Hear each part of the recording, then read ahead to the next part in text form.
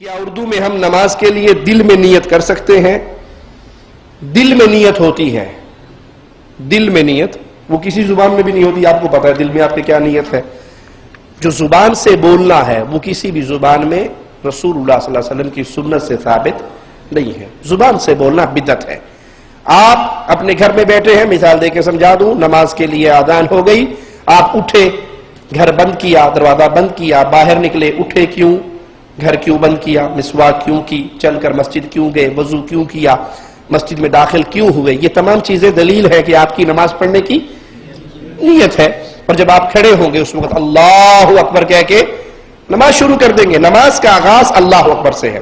اور آپ وہاں آ کر کہیں میں نیت کرتا ہوں نماز کی، نماز چار پیچھے امام کے منہ میں رکھانا کعبہ شریف واسطہ اللہ تبارک تعالیٰ کے آگے امام ہے، ادھر عبداللہ ہے، ادھر عبد الرحمان ہے، اوپر چھت ہے، نیچے فرش ہے، پیچھے کوئی بھی کوئی نہیں، اللہ اکبر. آپ کہتے ہو میں نے اب نیت کی، تو جو گھر سے نکلے تھے وہ ڈرامہ تھا؟ جو مسواک کی تھی وہ کیوں؟ جو وضو بنایا وہ کیوں؟ چل کے مسجد میں آئے بقالے پہ نہیں گئے وہ کیوں؟ آپ کہیں گے نیت ہر چیز کی ضروری ہے. تو بھائی نیت دل میں ہوتی ہے، زبان سے ادا کرنا نیت. اس کی ایک اور مثال دے دوں. آپ گھر میں آئے، آپ کی والدہ محترمہ نے کہا بیٹا آؤ کھانا کھا لو. آپ کی روٹی کھانے کی نیت ہوگی تو کیا کرو گے؟ اخبار پڑھ رہے تھے، کتاب پڑھ رہے تھے، اسے بند کرو گے، ہاتھ دھو گے، دسترخوان پہ بیٹھو گے، بسم اللہ کہو گے، کھانا شروع کر دو گے. یہی کرتے ہو نا. لیکن نیت تو ہر عمل کی ضروری ہے نا. کسی عقل مند نے دسترخوان پہ بیٹھ کر نیت کی، وہ ہاتھ دھو کے آئے، دسترخوان پہ بیٹھے اور کہے میں نیت کرتا ہوں روٹی کھانے کی، 2 روٹیاں کھاؤں گا، 1 گلاس پانی پیوں گا، 1 پلیٹ سالن کھاؤں گا، ہاتھ سے کھاؤں گا، منہ کے راستے کھاؤں گا، پیٹ کے واسطے کھاؤں گا، سامنے امی ہے، ادھر ابو ہے، ادھر بیگم ہے، بسم اللہ کیا؟ نہیں. کیوں؟ آپ کو کہ مولوی صاحب تیرا دماغ تو نہیں خراب؟ جب میں نے ہاتھ دھوئے تو کیوں دھوئے؟ میں چل کر دسترخوان پہ آیا تو کیوں آیا؟ ہاتھ دھونے میں کھانا کھانے کی نیت چھپی ہوئی ہے، دسترخوان میں بیٹھنے میں کھانا کھانے کی نیت چھپی ہوئی ہے. کھانے کا آغاز بسم اللہ سے ہے. میں کہوں گا پیارے بھائی، اذان سن کے دروازہ بند کیا آپ نے اپنے کمرے کا نماز کی نیت سے، مسواک کیا نماز کی نیت سے، وضو کیا نماز کی نیت سے، چل کے مسجد آئے نماز کی نیت سے، اللہ اکبر، یہ نماز کی ابتدا ہے.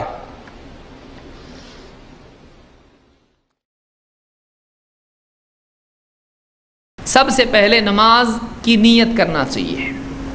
وضو وغیرہ میں چھوڑ دے رہا ہوں. اب وضو آپ کو بتائیں گے تو آپ کو استنجا بھی بتانا پڑے گا، وہ اس سے پہلے غسل بھی بتانا پڑے گا آپ کو.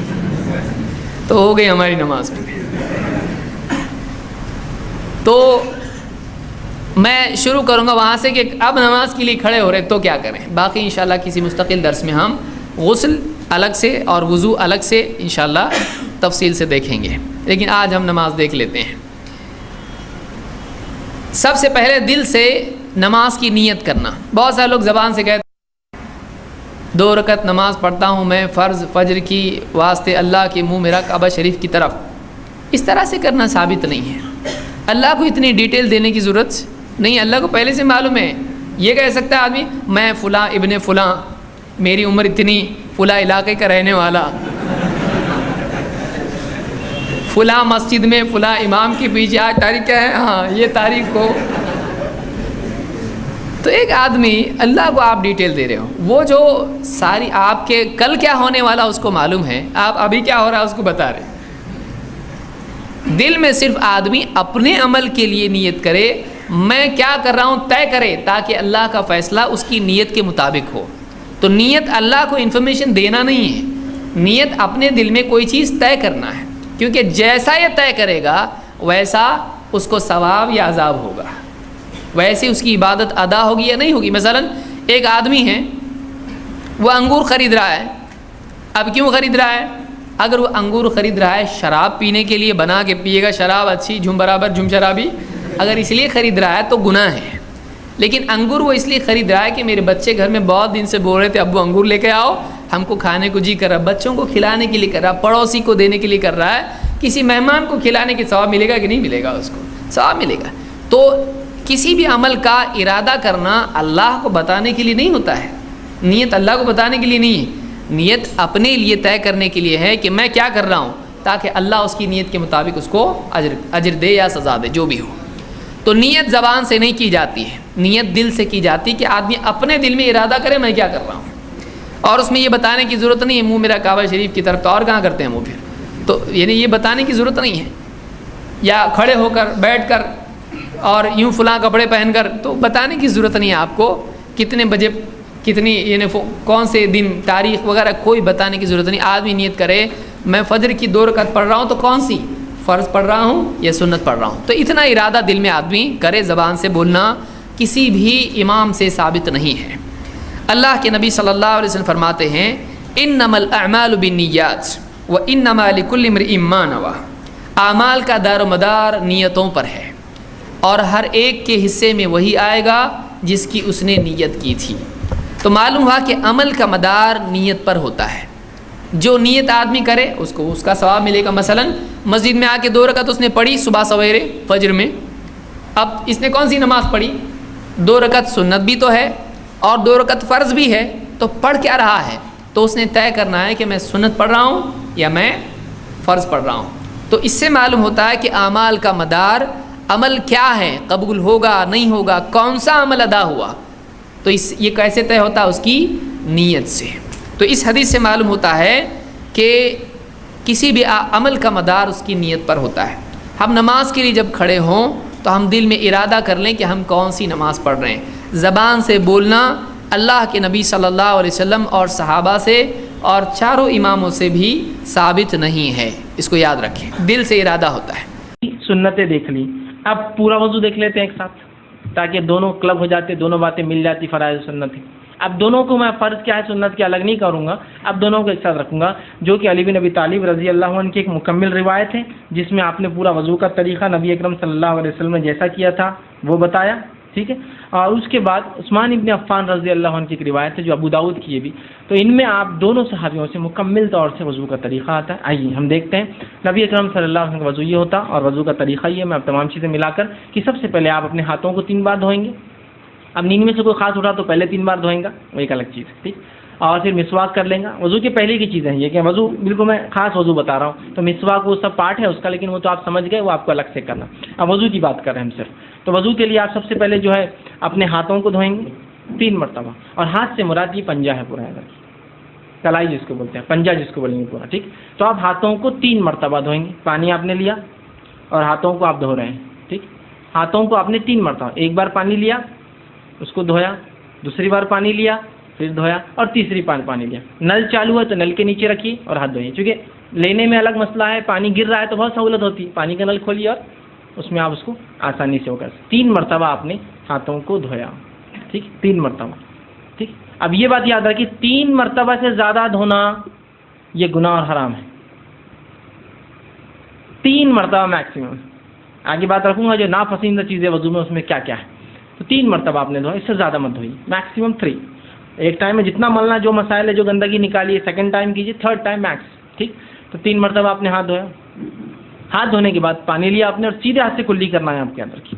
پانی لیا آپ نے اور آپ کلی کر رہے ہیں، منہ پانی لیا اور کلی کر رہے ہیں. کلی میں زیادتی ہوں گی کہ آپ غرارہ کر سکتے ہیں، لیکن روزے سے ہو تو غرارہ نہ کریں، لیکن کر سکتے ہیں اس لیے کہ زیادتی میں آئیں گا، مکمل کلی میں شامل ہوں گا. پانی لیا یا چاہے تو غرارہ کرا اور پانی کو تھوک دیا. ایک بار فرض کم از کم 3 بار زیادہ سے زیادہ. ٹھیک ہے، دوسری بار لیا کلی کی، چاہے تو غرارہ کیا یا ایک بار غرارہ کیا، 2 بار کلی کی، جیسا آپ کو بہتر لگے تاکہ زیادہ سے زیادہ منہ صاف ہو آپ کا. تو آپ نے کلی کی اور پانی کو تھوک دیا. یہ ہوا 3 مرتبہ. اس کے بعد آپ نے پانی لیا اور ناک میں پانی آپ چڑھائیں گے. ناک میں پانی لے کے ناک کو صاف کریں گے 3 بار. ایک بار کم از کم، 3 بار زیادہ سے زیادہ. ناک میں پانی لیا اور ناک کو جھاڑا صاف کیا، پھر پانی لیا 3 بار. اس کے بعد پانی لیا اور چہرے کو آپ دھوئیں گے. چہرہ ہوتا ہے سر کے بالوں، پیشانی کے بالوں سے لے کر تھوڑی گلے سے اوپر کا حصہ، یہ کان سے یہ کان.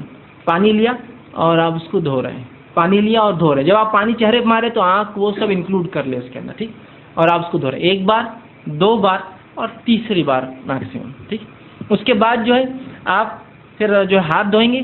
ہاتھ کے لیے پہلے سیدھا ہاتھ شروع کریں گے. سیدھے ہاتھ سے پانی لیا آپ نے اور اس کو پانی اگر کوئی چیز میں سے اٹھا رہے، برتن یا مرتبان میں سے، تو اٹھا کر آپ ڈالیں گے اور پھر اس کو ملیں گے. اگر نل چالو ہے تو آپ نل کے نیچے ہاتھ ڈالیں گے اور اس کو ملیں گے.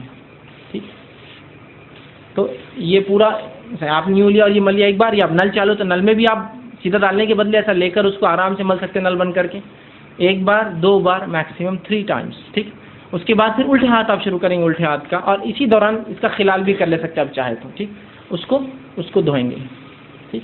یہ ہوا دوسرا ہاتھ. اس کے بعد آپ پانی لیں گے اور پانی لے کر مسح کریں گے. مسح کے لیے آپ پیشانی کے جو بال شروع ہوتے ہیں وہاں سے جہاں تک ہم نے چہرہ دھویا تھا اس کے اوپر کا حصہ بالوں سے پیچھے جائیں گے بدھی تک اور پیچھے سے واپس آئیں گے. خواتین جو ہے چونکہ ان کی گردن کھلی نہیں ہوتی تو پیچھے جائیں گی گردن تک اور گردن سے واپس آ جائیں گی. مرد گردن تک جا کر پورا واپس آئیں گے، ٹھیک. واپس آئے اور اسی اسٹروک میں ایک ہی اس کے اندر جا کے آپ آئیں گے. اس میں پھر آپ کان کا خلال، دونوں کان میں انگلیاں ڈالی، اندر کے لیے یہ انگلی استعمال کریں گے شہادت کی، اور باہر کے لیے دونوں انگوٹھے، ایک ہی اس میں دونوں کام کر رہے ہیں، ٹھیک ہے. تو سر کا مسح کے ساتھ ہی یہ ہوگا. نبی اکرم صلی اللہ علیہ وسلم سے الگ سے پانی لینا اس معاملے میں ثابت نہیں، لیکن علماء کہتے ہیں اگر سوکھ جائے مکمل اور پانی بچا ہی نہ ہو تو الگ بات ہے، آپ لے لیں، لیکن عموماً آپ ایسا کر کے ایک کریں. ہو گئے کان. اب کانوں کے بعد آپ کو جو ہے پیر پر آنا ہے آپ کی، اور پیر آپ پہلے سیدھا پیر دھوئیں گے. ٹخنوں کے پیچھے کا حصہ خاص طور سے یاد رکھیے سوکھا رہ جاتا ہے. آپ سب نے ایک صحابی کو دیکھا اور کہا احتیاط کیا کرو، یہ سوکھا رہ جاتا ہے. ٹخنوں کا پیچھے کا، سیدھے ہاتھ کے ایکسٹریم رائٹ، پیر کے پیچھے کے ایکسٹریم رائٹ کا اور الٹے پیر کے پیچھے کے ایکسٹریم لیفٹ کا سوکھا رہ جاتا ہے. تو اس کو اچھے سے آپ وہ کریں گے. ٹخنوں تک، ٹخنے مطلب انکلوڈ پورا اس کو دھوئیں گے، اور الٹے ہاتھ سے خلال انگلیوں کو پیروں کے بیچ میں صاف کریں گے، خلال کریں گے. تو یہ ہوا وضو. یاد رکھیے 1 بار کم از کم دھوئیں گے، 3 بار زیادہ دھوئیں گے. پانی کا کم سے کم استعمال کریں گے، ٹھیک ہے. اس لیے کہ پانی کو زیادہ بہانا، اس کی زیادتی، اس کو اسراف کرنا شریعت نے جو اس بات کو بالکل جو ہے پسند نہیں کیا ہے. یاد رکھیے. اسی طرح ایک غلط فہمی جو ہوتی ہے وہ یہ ہے کہ ہم لوگ جب مسح کرتے ہیں سر کا تو مختلف علاقوں میں مختلف مسح کے طریقے ہوتے ہیں. کچھ جگہ مسح کا طریقہ اس طرح سے ہوتا ہے کہ ایک آدمی مسح کرتا ہے، مطلب یہاں سے شروع ہوتا ہے ہر چیز کو وہ بوسہ لیتے ہوئے چلتا ہے اوپر کی طرف اور پھر پیچھے جاتا ہے. کچھ لوگ ہوتے پیچھے جاتے چومنا یہاں ثابت نہیں ہے سنت سے، ٹھیک. چومتے ہیں، ناک کو بھی ہاتھ لگاتے ہیں، پیشانی کو لگاتے ہیں. کچھ لوگ چومتے اور پیشانی پہ جاتے ہیں، کچھ لوگ چومتے نہیں اور آگے جاتے ہیں، آنکھ پہ ہاتھ لگاتے ہیں. یہ کچھ بھی ثابت نہیں. آپ کو صرف بھگانا ہے اور پیچھے گئے اور آگے آ گئے. اس میں چبنا اور وہ کرنا ثابت نہیں. ایک دوسرا، کچھ لوگ گردن کا مسح کرتے ہیں، اس کا مختلف طریقے ایسا بھگانا، یہ اس کے اتنے فائدے فلاں ہیں. گردن کا مسح کسی صحیح روایت سے ثابت نہیں ہے. اس کے اپنے فائدے ہوں گے، فائدوں سے ہم کو انکار نہیں، اس لیے کہ جسم کو دھونے کے فائدے ہوتے ہی ہیں تو آپ الگ سے دھوئیے اس کو، آپ کو دھونا ہے تو. لیکن گردن کا اسپیشل مسح، ہاں گدی پہ جانے تک کچھ پانی چلے جائے کوئی مسئلہ نہیں، اسپیشل مسح کرنا یہ سنت سے ثابت نہیں ہے. کسی صحیح روایت سے گردن کا مسح کرنا ثابت نہیں ہے. یاد رکھیے، ٹھیک ہے. تو لہٰذا آپ پانی ہاتھ ڈالا، سیدھا ہاتھ کو لے گئے، واپس لایا، کانوں کا خلال کیا، یہ کام فنش. کوئی چومنا اور کوئی گردن کا مسح اس کے بعد ثابت نہیں. بہت سے لوگ یوں کر کے یوں جانے کے بعد ہر عبادت میں ان کو اپنی شک ہوتا ہے. اور شک کیوں نہ ہو، مولوی صاحب بتاتے ہیں احتیاطاً، جیسا جمعہ کی نماز 2 رکعت فرض ہے، احتیاطاً ظہر پڑھ لینا، تو وہ احتیاط کیا کرتے ہیں. دیکھیے سر کا مسح کرتے پہلے تو یوں بہت چمتے اوپر تک جاتے ہیں، یہ احتیاط عمل ہے، یہ بھیگا نہیں ہوگا تو یہ بھیگا نہیں ہوگا تو یہ بھیگا نہیں ہوگا. پھر واپس آنے کے بعد کان کا خلال کرنے کے بعد ایکسرسائز شروع ہوتی، کچھ تو بھی ایسا ہوتے تھا یوں کرتے. کیوں بولے احتیاطاً یہ سوکھا رہ گیا ہوں گا تو احتیاطاً یہ سوکھا رہے گا، احتیاطاً یہ سوکھا رہے گا، احتیاطاً.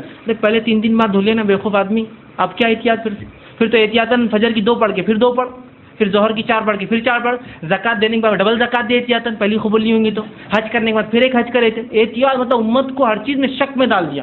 یہ احتیاطاً کیوں؟ 3 بار تم دھو چکے ہو نا پہلے اتنی احتیاط سے، اب کیا احتیاط کی ضرورت ہے؟ تو مسح کرنے کے بعد ایسا بیٹھ جاتے اور بالکل ایک وہ طریقہ رہتا، اس کے لیے ایسا تک کلاسز لگانا پڑیں گی. یا کوئی آدمی دور سے دیکھے اگر چائنیز یا ملے اوریجن کا ہو تو اس نے سمجھا کچھ تو بھی یہ تو کراٹے کی ایکسرسائز بھی کر لیتے ہیں اپنی عبادت میں، ان کے کراٹے شامل، کیونکہ وہ اتنے ایک دم ٹیکٹفلی ہوتا ہے، بالکل یوں ایسا ایک دم بالکل ٹیکٹفلی چلتا ہے. تو آپ خالی دیکھنا اس کو کیا چل رہا ہے. اور اگر اپن نہیں کرے تو بعض والا اپنے کو دیکھتا، کون آگے بولتا تم ایسے کیوں نہیں کر رہے، پہلے تو گردن چھوڑ دیے اور پھر وہ ایکسرسائز بھی نہیں کر رہے کھڑے، ٹھیک. تو پہلے جب تم نے دھو لیا تو پھر تم کو کیا احتیاط کی ضرورت؟ مجھے سمجھ میں نہیں آتا. احتیاط غیر ضروری احتیاطیں ہیں. جہاں ہونا وہاں نہیں ہے, جہاں نہیں ہونا وہاں ہے. کچھ بھی نہیں ہو گیا. اب ڈبل ریپیٹ نہیں کرنا ہے کوئی چیز کو آپ کو احتیاط. ہاں یہ الگ بات ہے کہ آپ نے وضو کیا اور کسی نے کہا کوئی چیز عادت سوکر ہے گیا, تو ایک الگ بات ہے. اور یاد رکھیے, وضو کر لیا, کر اٹھے اور آپ نے اپنے آپ کو پوچھنا شروع کر دیا. یاد رکھیے وضو کے بعد اپنے جسم کو پوچھنا بھی سنت ہے. یاد رکھیے نبی اکرم صلی اللہ علیہ وسلم کے تعلق سے ماں عائشہ فرماتی ہے, آپ صلی اللہ علیہ وسلم کا خاص تولیہ تھا جو آپ نے اٹھا کر رکھا تھا. آپ وضو کرتے تو اس سے پوچھتے, نہاتے تو اس سے پوچھتے. تو یہ بھی سنت. اب آپ اٹھے, وضو کرنے کے بعد آپ نے تولیے سے پوچھ لیا. اب پوچھنے کے بعد کسی نے کہا پنڈلی سوکھی رہ گئی تھی. اوہو, تو اب کیا کریں گے آپ؟ اب آپ کو پورا وضو کرنا پڑے گا, اس لیے کہ آپ نے کچھ اعضاء کو سکھا لیا تھا. اگر پورے اعضاء گیلے ہوتے اور آپ کھڑے ہوتے اور کسی کو کہتا پنڈلی رہ گئی, آپ کی کونی رہ گئی, چہرہ رہ گیا, فلاں رہ گیا, تو آپ فوراً بیٹھ کے اتنے حصے کو دھو لیتے تو وضو ہو جاتا. لیکن اگر وہ سوکھا رہ گیا, آپ اٹھ گئے اور ایک بھی اعضاء سوکھ گیا, تو اس کے بعد آپ کو پھر سے وضو کرنا ہوگا. آپ سمجھے ایک صحیح روایت ثابت ابو داؤد کی روایت ہے. ایک صحابی اٹھے جن کے پنڈلی کے بارے میں آتا, دیکھیے پنڈلی نہیں ہے, جو ٹخنے کے پیچھے کا حصہ ہوتا ہے, وہاں ناخن کے برابر ایک حصہ سوکھا تھا. جب آپ کو ان کو بتایا گیا تو آپ صلی اللہ علیہ وسلم فرمایا وضو پھر سے کر, کیونکہ ان کے اعضاء سوکھ چکے تھے. اتنے چونکہ کیا ہوتا ہے جب آپ دیکھیے دھوئیں گے, ایک آدمی کام دھندے بزنس سے آیا, کام کاج سے آیا اور دھویا, اور جو حصہ نہیں دھلانا وہ بالکل وائٹ الگ چمکتا ہے, اور جب دھل گیا اس کا کلر چینج ہو جاتا ہے, تو کوئی پہچان سکتا ہے اس نے کوئی نہیں برابر نہیں دھویا. بچوں کو دیکھیے آپ, چہرہ دھوتے ادھر کا پورا باقی رہتا, آپ بولتے بیٹا یہ نہیں دھلا, کیسے پہچانا؟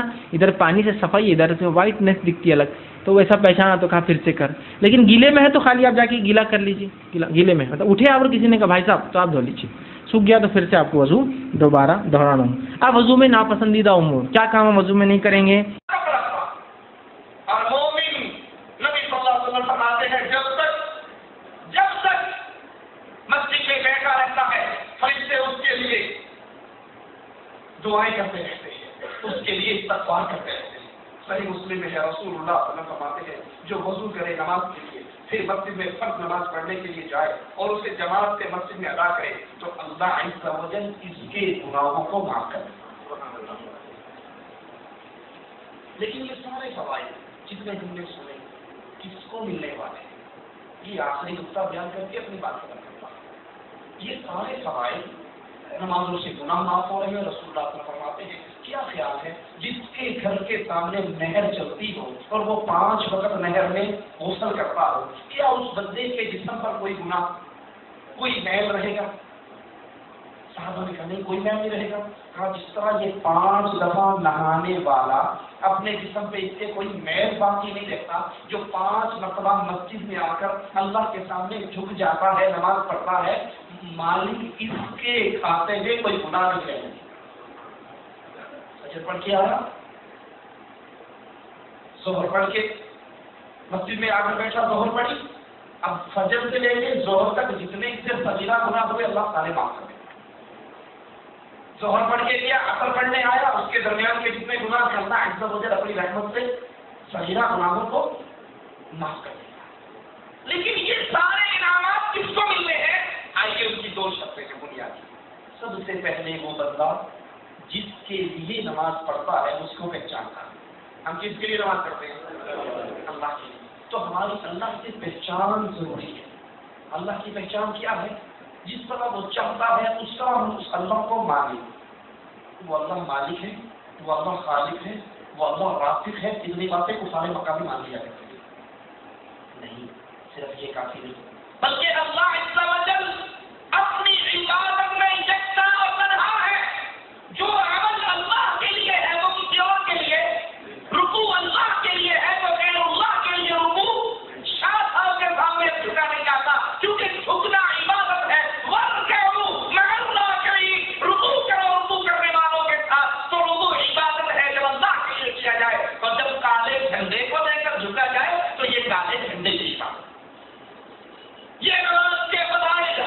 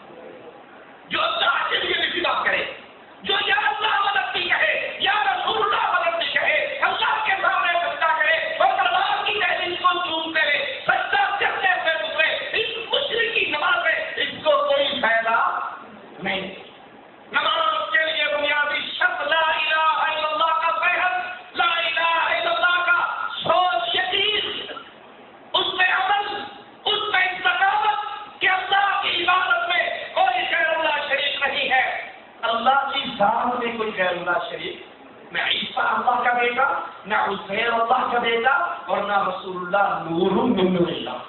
الصلاۃ والسلام علیک یا نور من نور اللہ، سنا یا نہیں سنا؟ پاکستان میں یہ اللہ کی ذات کا شرک ہے، اللہ کی ذات، اللہ کی صفات، اللہ کی عبادت، اس میں اللہ کو یکتا مانتا ہے، نمازوں کا اسے فائدہ۔ اور دوسری شرط، وہ نماز کیسے پڑھتا ہے؟ اور یہ نماز ہی پڑھنی آپ ایک طرف لوگوں میں، ایک طرف لوگوں میں چھاڑ دو، نماز ہی پڑھنی، سجدہ ہی دینا اللہ کو، جیسے مرضی دے دو۔ یہ شریعت اسلام کے لیے سجدوں کی بھوکی نہیں ہے۔ آپ جس کمپنی میں کام کرتے ہیں، یہ دین تو بہت دور کی بات ہے، چھوٹی سی مثال سے سمجھو۔ آپ ایک کمپنی میں کام کرتے ہیں، کمپنی مینیجر کہتا ہے یہاں سے یہاں تک 10 میٹر لمبی دیوار کھڑی کرو۔ آپ 10 میٹر لمبی دیوار یوں نہیں کھڑی کرتے، یوں کھڑی کر دیتے ہیں۔ وہ دیوار ہی بنانی تھی نا جی، ایک نہیں بنائی تھی، ایک بنانی تو دیوار ہی، اینٹ بھی لگائی، ریت بھی لگایا، سمنٹ بھی لگایا، سریا بھی ڈالا، ٹھیک ہے۔ میں نے کہا تھا یوں بنا، تو نے یوں بنا دی۔ کیا خیال ہے، پدھار ملے گی یا ختم ہو جائے گا؟ ملے گی پدھار؟ آپ اسے بولی کبیر صاحب دیوار ہی بنانی تھی نا، میں نے بنا دی۔ ہو گیا دیوار نہیں بنانی، جیسے میں نے کہی تھی ویسے بنانی۔ یہ چھوٹی سی مثال آپ کی کمپنی ہے۔ ارے ہم پابند ہیں کس کے؟ مولویوں کے نہیں، ملاؤں کے نہیں، پیروں کے نہیں، فقیروں کے نہیں، ہم پابند ہیں عرش والے رب کے، مدینے والے مصطفیٰ کے۔ تیسرے کے پابند ہم نہیں ہیں۔ جب پابند اللہ اور اس کے رسول کے ہیں، اللہ کا حکم ہے اقیموا الصلاۃ، نماز پڑھو، محمد رسول اللہ کا فیصلہ ہے صلی اللہ علیہ وسلم۔ کیسے پڑھو؟ جیسے نبی نے سکھائی۔ کیسے پڑھو؟ جیسے مولوی نے سکھائی۔ کیسے پڑھو؟ جیسے پیر نے سکھائی۔ کہا نہیں، سب لوگ نماز پڑھو کما رأیتمونی اصلی، جیسے میں نے تمہیں پڑھ کر سکھائی۔ یہاں سکہ آپ کی کمپنی میں آپ کے مدیر کا سکہ چلتا ہے، آپ کی کمپنی میں آپ کے کفیل کا سکہ چلتا ہے، وہاں پر نقشہ آپ کے کفیل کا منظور ہوتا ہے۔ اللہ کے دربار میں عبادت وہ منظور ہوتی ہے جس پر سکہ محمد رسول اللہ کا لگا ہے، اور جس عمل پر رسول اللہ کا سکہ نہیں ہے، ساری رات نماز پڑھتے رہو، ساری رات نمازوں میں سجدوں میں پڑے رہو، اگر طریقہ رسول اللہ کا نہیں تو قبول نہیں۔ رسول اللہ صلی اللہ علیہ وسلم کے پاس ایک صحابی ہے، یہی صحیح بخاری ہمارے ہاتھ میں، اس صحیح بخاری کے اندر حدیث ہے، ایک صحابی نے آ کے نماز پڑھی اور کہا السلام علیکم یا رسول اللہ، کے نبی آپ پر سلام کیا، انہوں نے کہا وعلیکم السلام، ارجع فصلی فإنک لم تصلی، نماز پھر پڑھ تیری نماز۔ اور نبی نے ہر طریقے سے نماز پڑھی تھی، یہاں بھی ہاتھ باندھے، یہاں بھی باندھے، چھوڑے دی، آمین کہی بھی نہیں بھی، ریفرنس کیا بھی نہیں تھی، یہ سارے طریقے، یہ سارے راستے جنت کو جا رہے ہیں، کوئی ادھر سے ہو کر جا رہا ہے، کوئی ادھر سے ہو کر جا رہا ہے، جانا سب میں جنت میں ایک ہی راستہ جا رہا ہے، اور وہ راستہ محمد رسول اللہ کا راستہ، دوسرا راستہ جنت میں جو اللہ کے نبی سے ٹکرائے وہ عمل اللہ کے دربار میں قبول نہیں۔ اس نے پھر نماز پڑھی، تینوں مرتبہ فرماتے ہیں نماز دوبارہ پڑھ، تیری نماز۔ وہ بیٹھ گیا، کہا جیسی آتی تھی ویسی پڑھ لی، اب آپ بتاؤ کیسے پڑھو؟ کہا تیرے رکوع اور سجدے میں اطمینان و سکون نہیں ہے۔ نماز کیسے پڑھو؟ جیسے رسول اللہ صلی اللہ علیہ وسلم نے پڑھی، صحابہ کو سکھائی، نبی کو ابراہیم نے سکھائی، ابراہیم کو اس کے رب نے بتائی۔ یہ صحیح بخاری ہمارے ہاتھ میں ہے۔ آئیے رسول اللہ صلی اللہ علیہ وسلم کی نماز کا طریقہ، اللہ کے رسول صلی اللہ علیہ وسلم کی حدیث کی خود کتاب سے پڑھے، سیکھے، سنے، جس پر مسلمانوں کے کسی جماعت کو اختلاف صحیح کتاب، اس کا سوا 374 ہے، 374 میں 698 حدیث نمبر ہے۔ عبداللہ ابن عمر روایت فرماتے ہیں، وہ کہتے ہیں رسول اللہ صلی اللہ علیہ وسلم جب نماز شروع کرتے دونوں مونڈوں پر ہاتھ اٹھاتے، اللہ اکبر کہتے، کیا اپنے دونوں ہاتھوں کو اٹھاتے، کندھوں کے برابر کرتے، اللہ اکبر کہتے۔ نماز کا آغاز کہاں سے ہو رہا ہے جی؟ اللہ اکبر، یہ نماز کا آغاز ہے۔ ہاتھ کہاں تک اٹھے ہوئے ہیں؟ صحیح بخاری کی حدیث ہے، ہم نماز کا آغاز کہاں سے کرتے ہیں؟ ایک تو ہاتھ اٹھاتے ہیں کانوں کو گوٹھے لگاتے ہیں، ہاتھ ہمارے سب سے بھی اوپر ہوتے ہیں. میں نیت کرتا ہوں نماز کی، نماز سے آتا پیچھے سے امام کے منہ میرا کھانا کا بجے بات کر رہا ہوں، اللہ سچے کوئی نہیں، ادھر بھی کوئی نہیں، اٹھے کوئی چلے کوئی اللہ. یہ 1.5 گز کی آپ نے نیت کا بنانی ہے کہ مودی صاحب نیت نہیں کریں گے تو نماز ہی نہیں ہوتی. نیت نہیں کرو گے نماز نہیں ہوتی، بات ٹھیک ہے، لیکن نیت تو دل کا ارادہ ہے، زبان سے بولنا تو نیت نہیں ہے. مثال دے کے بات آگے چلاتا ہوں. آپ کی امی جان کہیں بیٹا آؤ روٹی کھا لو، روٹی کھانے کی نیت ہو، آپ اخبار پڑھ رہے ہیں، اخبار چھوڑ کے ہاتھ دھو کے دسترخوان پہ جا کر بیٹھ کے بسم اللہ پڑھ کے لقمہ توڑ کے منہ میں ڈالو گے نا، ایسے ہی کرو گے. نیت ہر کام کی ضروری ہے. کسی نے وہاں بھی نیت کی، میں نیت کرتا ہوں روٹی کھانے کی، 2 روٹی کھاؤں گا، 1 پلیٹ دال کھاؤں گا، 1 گلاس پانی پیوں گا، دائیں ہاتھ سے منہ کے واسطے پیٹ کے واسطے سامنے امی کی طرف ابو کی طرف باجی بسم اللہ. نیت کی کبھی کسی نے؟ نیت ضروری ہے یا نہیں؟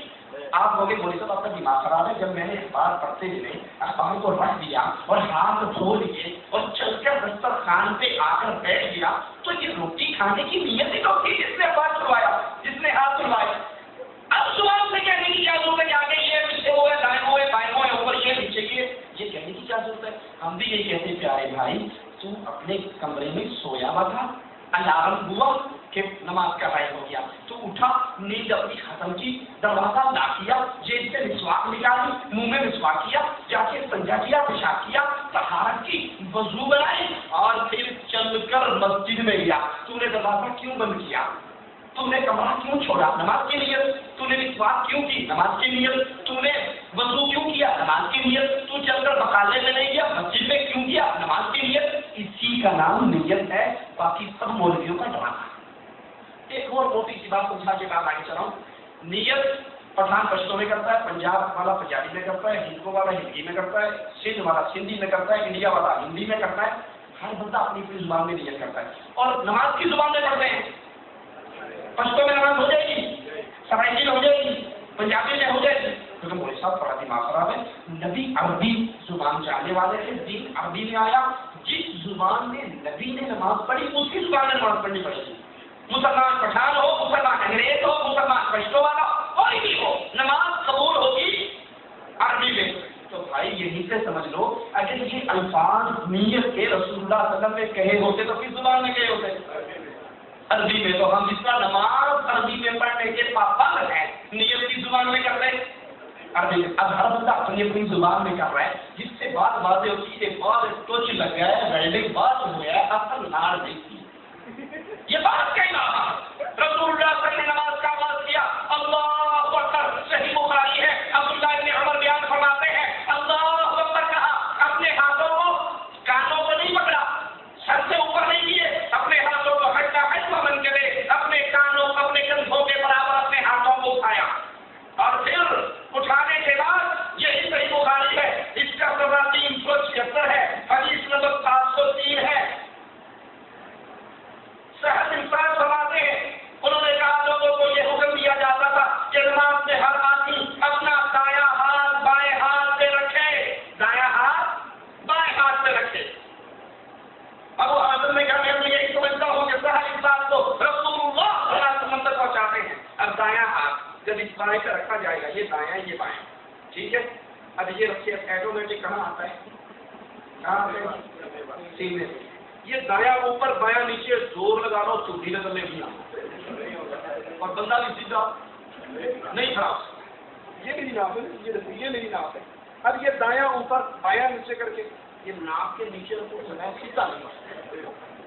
اور جب یہ ناپ کے نیچے کروں گا تو پھر الٹا ہو جائے گا، بایاں اوپر ہو جائے گا، دایاں نیچے ہو جائے گا. اللہ کے نبی دایاں ہاتھ بائیں ہاتھ پہ رکھتے، پھر اپنے سینے پہ رکھتے. یہ دایاں. اچھا بندے سے غلطی ہو جائے، شاگرد سے غلطی ہو جائے استاد سے، تو کیا کرتا ہے؟ استاد سے معافی مانگتا ہے نا. کیسے معافی مانگتا ہے؟ کبھی آپ نے دیکھا ہے کسی شاگرد سے معافی مانگی؟ کوئی استاد جی غلطی ہو گئی، استاد جی معاف کر، ابو جی غلطی ہوگی، آئندہ نہیں کرتا، معاف کر دو. ہاتھ کہاں ہے؟ بولو ہاتھ کہاں ہے؟ کبھی آپ نے دیکھا استاد کے پاس ایک شاگرد کرے استاد جی غلطی ہوگی ڈرامہ کرتے ہیں. کبھی کسی نے یاد سے معافی مانگا؟ ہم اللہ کے سامنے کھڑے، اللہ ہم بڑے گناہ گار، اللہ ہماری بڑی خطائیں. تو ہاتھ اللہ کی قسم کھا کر کہتا ہوں، رسول اللہ کے منبر پہ عدالت لگاتا ہوں، قیامت تک کے لیے دنیا کا کوئی مولوی یہ ثبوت نہیں دے سکتا عورت ہاتھ سینے میں باندھے مرد ناک کے نیچے باندھے۔ اللہ کے رسول نے سب کو ایک حکم دیا، صلو، نماز پڑھو کما رأیتمونی اصلی، جیسے میں نے نماز پڑھ کے دکھائی ہے۔ یہی حکم عائشہ کے لیے ہے، یہی حکم ابو بکر کے لیے ہے، یہی حکم حفصہ کے لیے ہے، یہی حکم عمر کے لیے ہے۔ عورت اور مرد کی نماز کے طریقے میں کوئی فرق موجود، پردے میں فرق ہے کہ مرد کا سر ننگا ہو تو نماز ہو جائے گی، عورت کا سر ننگا ہو تو نماز کا طریقہ وہی ہے۔ عورت بھی سینے پر باندھتی ہے تو مرد بھی ہاتھ سینے پر باندھتے ہیں۔ حضرت عمر فرماتے جب اللہ کے نبی نماز کا آغاز کرتے اللہ اکبر کہتے، دونوں ہاتھوں کو اٹھاتے، کندھوں کے برابر اٹھاتے، اور صحیح بخاری کی روایت کہ دایاں ہاتھ بائیں ہاتھ پہ رکھتے، اور پھر جب رکوع کے لیے تکبیر کہتے اللہ اکبر کہتے ہوئے رکوع میں جاتے، تو یہی صحیح بخاری ہے۔ جس بھائی کو یقین نہ آئے وہ درس کے بعد آ کے اس کتاب کو پڑھ سکتا ہے۔ اللہ کے نبی کی حدیث ہے، کسی مولوی ملا کی بات نہیں، کسی پیر شیخ کی بات نہیں، یہ اس کی بات ہے جس کا نام محمد ہے صلی اللہ علیہ وسلم، اور جو اس کی بات کو ٹھوکر مار دیتا ہے وہ مسلمان۔ کسی مولوی کی بات نہ مانو آپ مسلمان، پیر کی بات نہ مانو آپ مسلمان، امام کی بات نہ مانو آپ مسلمان، ساری دنیا کی بات نہ مانو اور آپ مسلمان رہو گے، اکیلے محمد کی بات نہ مانو آپ کافر ہو جاؤ۔ ایسے ہے یا نہیں ہے؟ ہمارے پاس کسی پیر فقیر کی بات، ہمارے پاس بات ہے امام الانبیاء کی، ہمارے پاس بات ہے محمد رسول اللہ کی، ہمارے پاس بات ہے امام اعظم کی، قائد اعظم کی، اور وہ ہے محمد رسول اللہ۔ جب رکوع میں جاتے اللہ کے نبی اللہ اکبر کہتے، اپنے دونوں ہاتھوں کو کندھوں کے برابر اٹھاتے، رفع الیدین کرتے، اور جب وَإِذَا رَفَعَ رَأْسَهُ مِنَ الرُّكُوعِ، جب رکوع سے اپنا سر اٹھاتے، سمی اللہ لمن حمدہ کہتے، ربنا ولک الحمد کہتے، اپنے دونوں ہاتھوں کو اٹھاتے، کندھوں کے برابر کرتے، اور سجدے میں ایسا نہ کرتے۔ وَكَانَ لَا يَفْعَلُ ذَلِكَ فِي السُّجُودِ، اور سجدوں میں رفع نہ کرتے، رکوع میں جاتے رفع، رکوع سے اٹھتے جی تو آپ کی پتا رفع اس وقت تھی جب بت لے کر لوگ آئے تھے۔ سنا یا نہیں سنا یہ بات؟ بت لے کر آتے تھے تب رفع تھی۔ کیوں جی؟ بت کٹو کٹینا تھے وہاں، چھوٹے سے چھوٹا بت اتنا تو ہوگا نا، لو جی یہ بت میں نے لے لیا، یہ بت آ گیا، اب میں نماز ہم تو کرتے ہیں نا سنت کے مطابق کندھوں سے، اور جو یار لوگ بتوں کی روایت پیش کرتے ہیں وہ کہاں سے کرتے ہیں؟ تو پہلی میں بت گر گیا، یہ بت تو پہلی میں گر گیا، پہلی کیوں کرتے ہو؟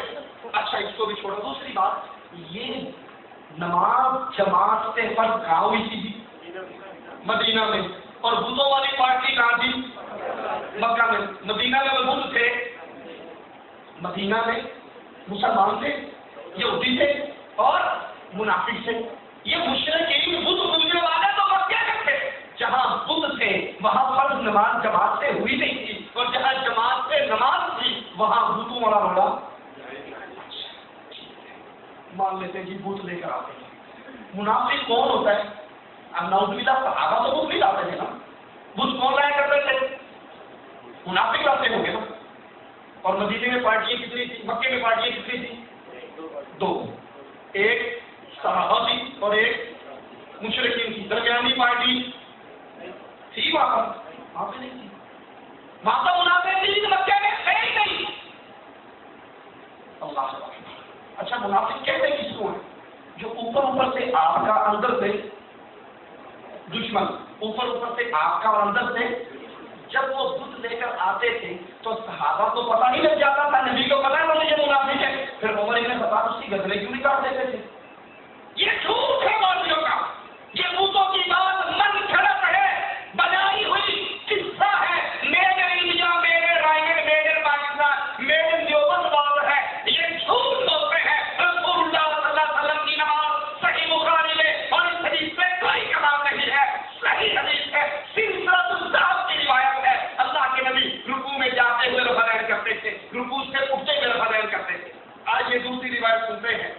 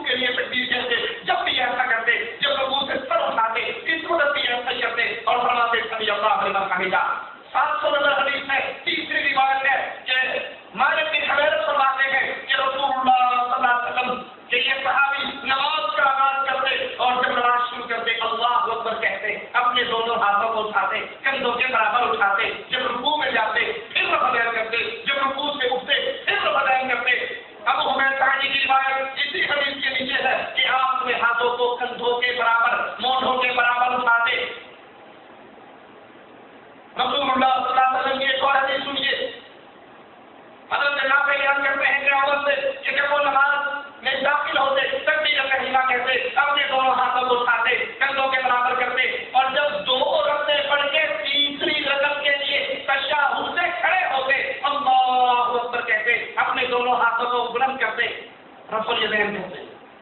رفع الیدین نماز میں کتنے موقعوں پر ہے؟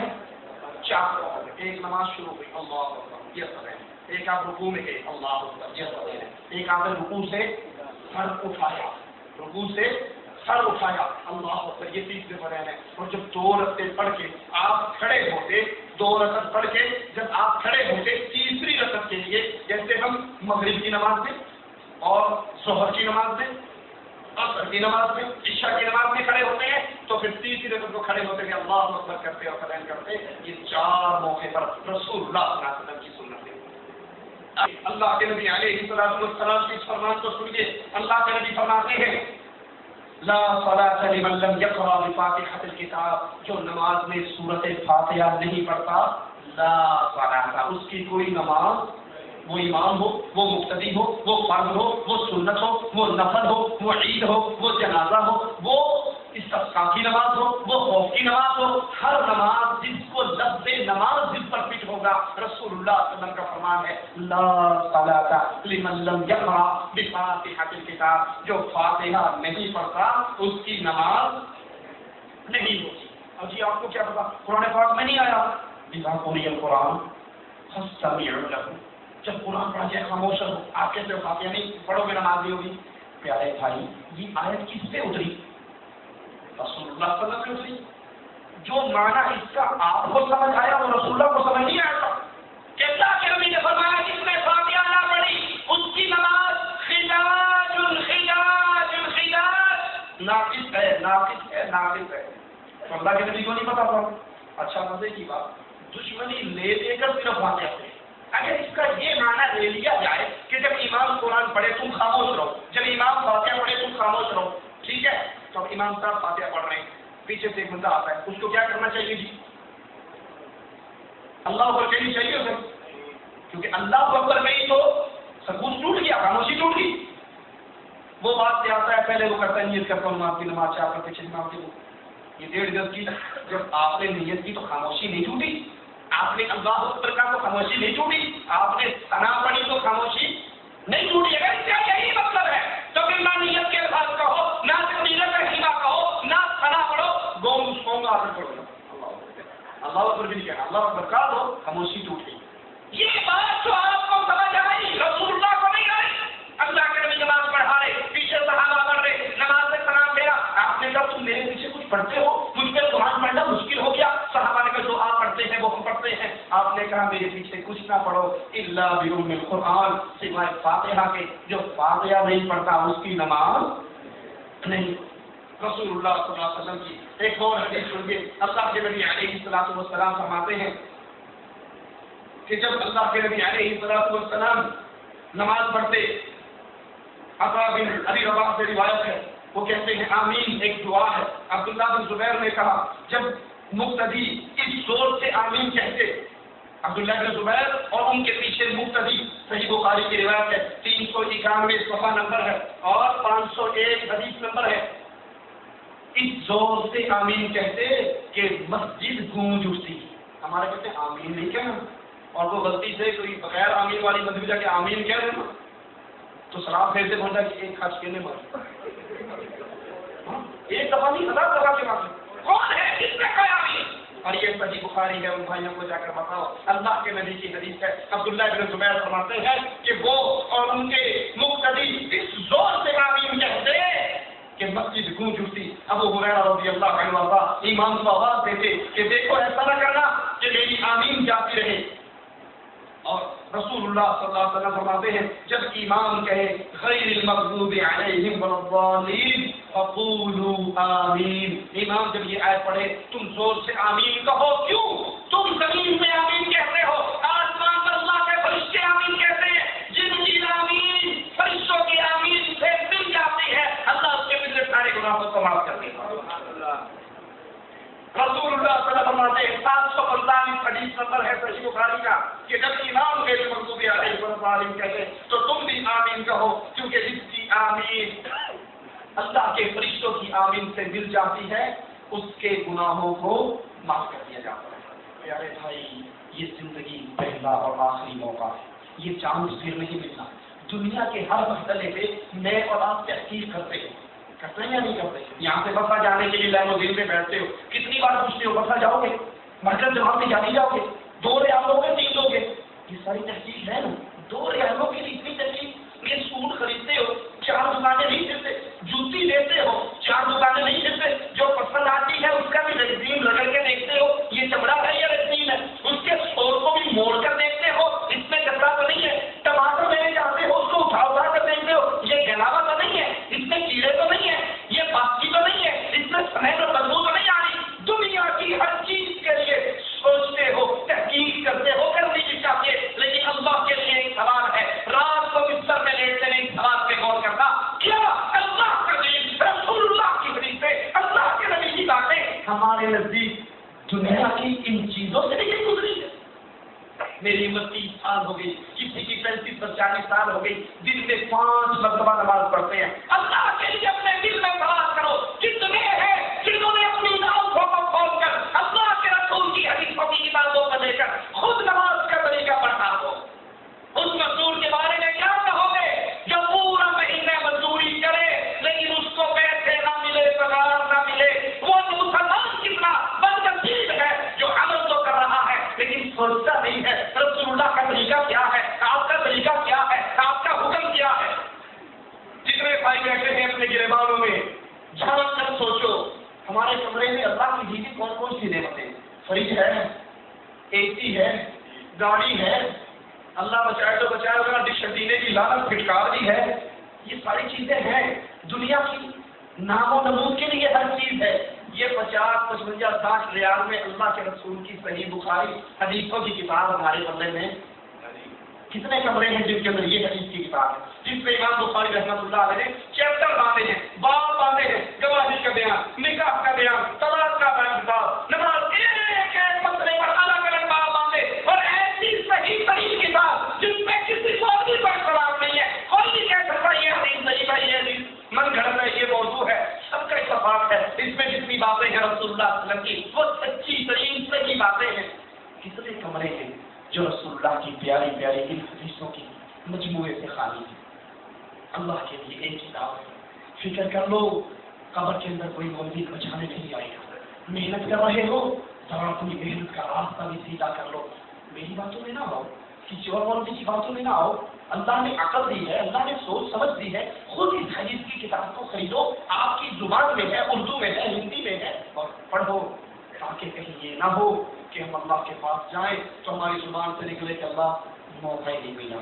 دنیا میں اتنے مگن ہو گئے تھے، اب سرنا و سمینا فرجعنا نعمل صالحہ. ایک چانس اور ایک موقع دنیا میں جانے کا دے دے. اللہ کی قسم اللہ کے دربار میں جانے کے بعد واپسی نہیں ہے. اللہ سے دعا ہے اللہ ہمیں رسول اللہ صلی اللہ علیہ وسلم کی سنتوں پر عمل کرنے کی توفیق عطا فرمائے. ہماری نماز، ہمارا روزہ، ہمارا حج، ہماری زکات، ہمارا نکاح، ہماری طلاق، ہماری زندگی کے ایک ایک مسئلہ وہ آئیڈیالائز کرے صرف امام کائنات، امام اعظم، امام الانبیاء محمد رسول اللہ صلی اللہ علیہ وسلم کو، تاکہ قیامت کے دن اللہ کے نبی کے جھنڈے کے نیچے اللہ کی رحمت سے اس کی جنتوں میں داخل ہو جائیں. اقول قولی ھذا واستغفر اللہ لی ولکم ولسائر المسلمین.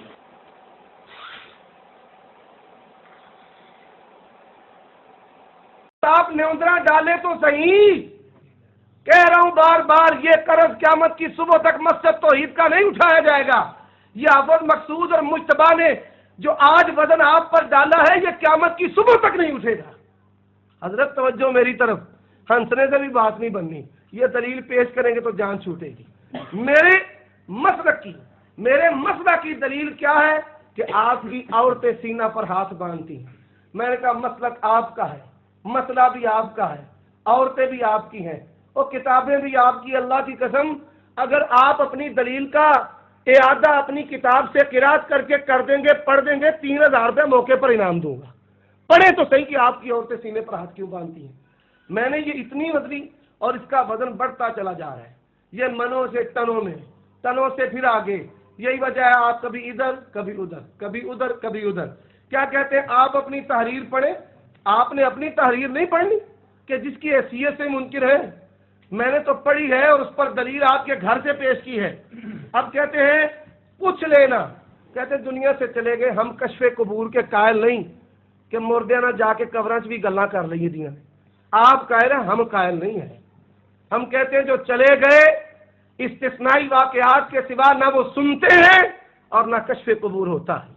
جی آگے سنیں, توجہ میری طرف کیجئے. کہتے ہیں امام شافعی کی ہر بات قبول ہے.